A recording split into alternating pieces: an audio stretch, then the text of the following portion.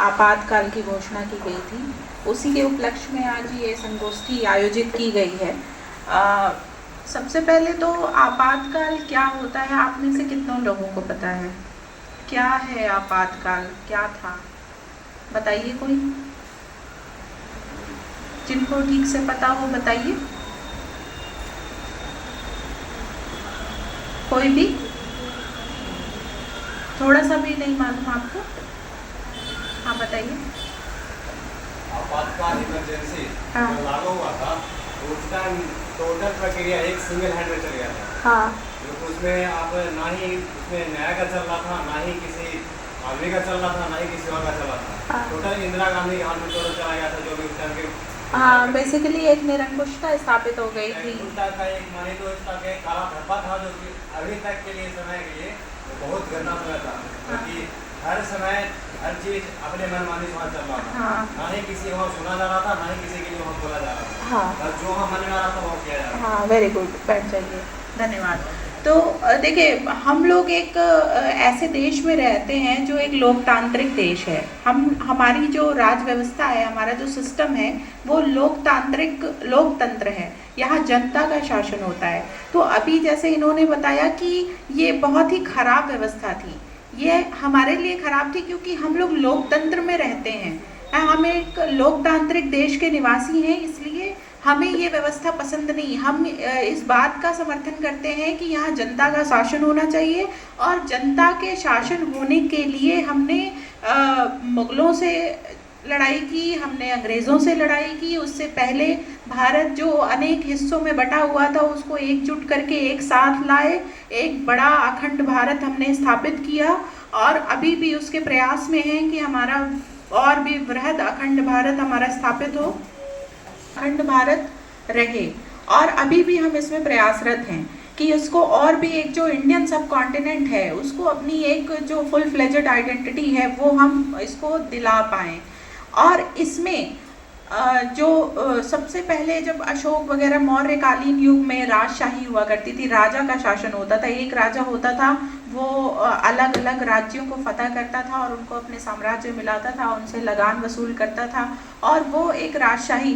फिर कालांतर में जब समय बीतता गया और जब भारत की जनता जागरूक हुई और जब यहाँ एक स्वराज की स्थापना हुई, क्रांति आई, तो यहाँ एक बड़ी मुश्किल से बहुत स्ट्रगल करने के बाद 1947 में जब भारत स्वतंत्र हुआ, तो यहाँ पे लोकतंत्र की स्थापना हुई, जो एक बहुत बड़ा पॉलिटिकल गिफ्ट है हमारे देश के लिए या किसी भी देश के लिए। अमेरिका सबसे एक 4 जुलाई को एक डेमोक्रेटिक कंट्री बना, उस ब्रिटेन है, और भी जितने भी पीसफुली लिविंग कंट्रीज़ हैं वर्ल्ड में, वो सब डेमोक्रेटिक कंट्री हैं। और जहाँ पे अभी डेमोक्रेसी नहीं है, वहाँ पे भी इसके लिए स्ट्रगल चल रहा है, उसके लिए मतलब वो they are not that happier जितना डेमोक्रेटिक कंट्री के लोग रह रहे हैं। तो उस डेमोक्रेटिक कंट्री में अगर कोई सत्ताधारी व्यक्ति इमरजेंसी की घोषणा कर देता है,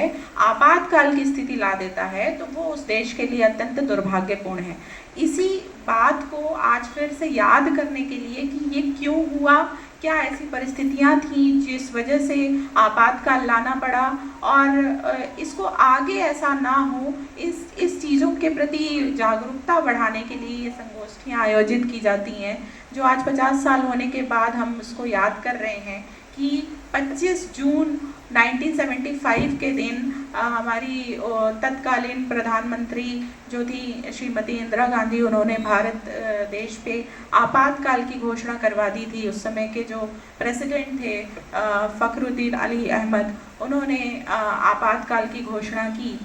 ये जो आपातकाल उस समय लगा था, वो अनुच्छेद 352 के तहत लगा था, जिसमें कि किसी भी देश में आपातकाल की घोषणा तब होती है, उसके कुछ कंडीशंस हैं कि 3 परिस्थितियां अगर दिखती हैं तो आपातकाल लगाया जा सकता है। उन 3 परिस्थितियों में या तो युद्ध की स्थिति हो, या तो आंतरिक डिस्टर्बेंस, इंटरनल डिस्टर्बेंस की स्थिति हो, और आर्म्ड रेबेलियन की स्थिति हो। तो ये ऐसी परिस्थितियां अगर देश में दिखती हैं, तो उस देश का जो नेता है, प्रेसिडेंट है या प्रधानमंत्री है, वो आपातकाल की घोषणा करता है। काउंसिल ऑफ मिनिस्टर जो है, यानी कि प्रेसिडेंट की जो अपनी कैबिनेट है, वो प्रधानमंत्री की जो कैबिनेट है वो प्रेसिडेंट को एक सुझाव देती है और उसी के सुझाव पे प्रेसिडेंट आपातकाल की घोषणा कर देता है।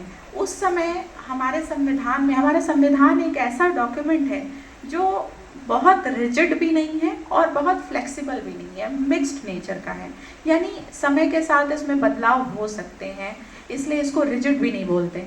और बहुत ज़्यादा फ्लेक्सिबल इसलिए नहीं बोलते क्योंकि बदलाव करने के लिए हमें अमेंडमेंट्स करने होते हैं, जिसकी एक लंबी प्रक्रिया है, आसान नहीं है बदलाव करना, इसलिए इसको फ्लेक्सिबल भी नहीं बोलते। तो एक मिक्स्ड नेचर का ये डॉक्यूमेंट है। तो उस समय तत्कालीन परिस्थितियों के अनुसार आर्टिकल 352 में जो एक क्लॉज था, इंटरनल डिस्टर्बेंसेस, उस क्लॉज के तहत श्रीमती इंदिरा गांधी ने आपातकाल की घोषणा करवाई थी। वो उन्होंने पाया कि मतलब उनका कहना था कि भारत की जो आंतरिक स्थिति है वो अभी संभालने लायक नहीं है डेमोक्रेटिक वे से। तो इसलिए उन्होंने सेंट्रलाइजेशन ऑफ पावर, जो शक्तियां हैं वो अपने हाथ में और काउंसिल ऑफ मिनिस्टर्स के हाथ में निहित करना, और जो डिसेंट्रलाइजेशन का नेचर है उसको पूरी तरह से वैनिश कर देना का उपाय उन्होंने सोचा और इमरजेंसी लगा दी। ये इमरजेंसी 1977 के मार्च तक चली। और मतलब इमरजेंसी में हम लोगों के बर्थ से पहले की ये स्थिति है, तो जो हम लोग पढ़ते हैं किताबों में या उस समय के लोगों से जो सुनते हैं उसमें वो बताते हैं कि बहुत सारे मतलब सारी शक्तियां तो केंद्र के हाथ में चली गई थी और इन फंडामेंटल राइट्स जो व्यक्ति के होते हैं वो निरस्त कर दिए गए थे, जो कि एक बहुत बड़ा स्टेप था। मतलब किसी व्यक्ति के अगर फंडामेंटल राइट्स हमारे सिटीजन्स के अगर निरस्त कर दिए जाएं, फंडामेंटल राइट्स आप जानते हैं जो हमारी सबसे बड़ी शक्ति किसी सिटीजन ऑफ इंडिया का एक बहुत बड़ा हथियार है कि हम कहीं कुछ स्वतंत्र होकर बोल नहीं सकते, अपने विचारों को एक्सप्रेस नहीं कर सकते। प्रेस की स्वतंत्रता पे पूरी तरह से लगाम लगा दी गई थी।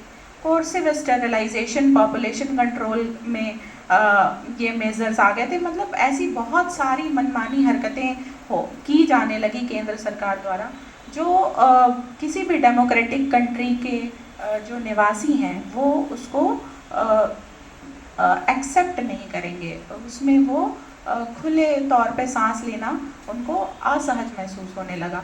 तो इमरजेंसी की ये सिचुएशन थी जो मिसेस गांधी के समय में आई, और इसके तुरंत बाद मिसेस गांधी ने जो ये स्टेप लिया था उसका खामियाजा भी उनको भुगतना पड़ा। उनकी सरकार चली गई, फिर मोरारजी देसाई की सरकार आई, और ये सिर्फ एक ही बार था जो अभी तक के इतिहास में, भारत के इतिहास में ये आया। और उनके सामने जो वास्तविक स्थितियां ऐसी थी कि पॉलिटिकली वो बहुत वीक हो गई थी और उनके पास और कोई मतलब साधन नहीं, उपाय नहीं बचा कि वो अपनी सत्ता को बचा सकें और अपने आप को पाक साफ बता सकें। तो उन्होंने ये स्टेप लिया जो उनके कहा जाता है कि उनके पर्सनल इंटरेस्ट को भी फुलफिल करता हुआ था, और कोई उनके पास उपाय नहीं था तो उन्होंने इमरजेंसी लगा दी। मीन्स उनसे संभल नहीं रहा था एक्चुअली, क्योंकि इलेक्टोरल ट्रांसपेरेंसी को लेकर के या जो चुनाव हुए हैं उसकी निष्पक्षता को लेकर उन पर बहुत सारे सवाल उठ रहे थे।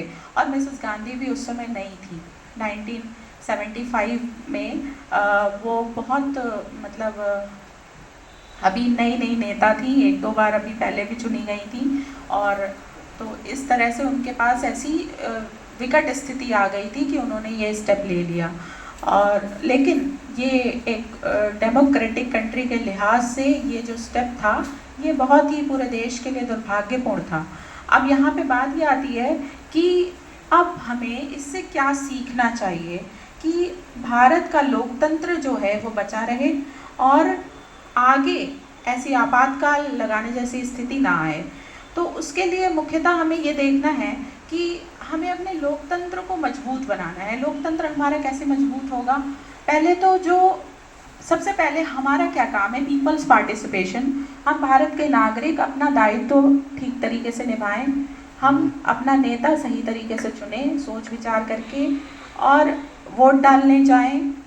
पॉलिटिकल जो सिस्टम जो चल रहा है, जो केंद्र में चल रहा है, जो राज्य में चल रहा है, या जो आपके वार्ड पंचायत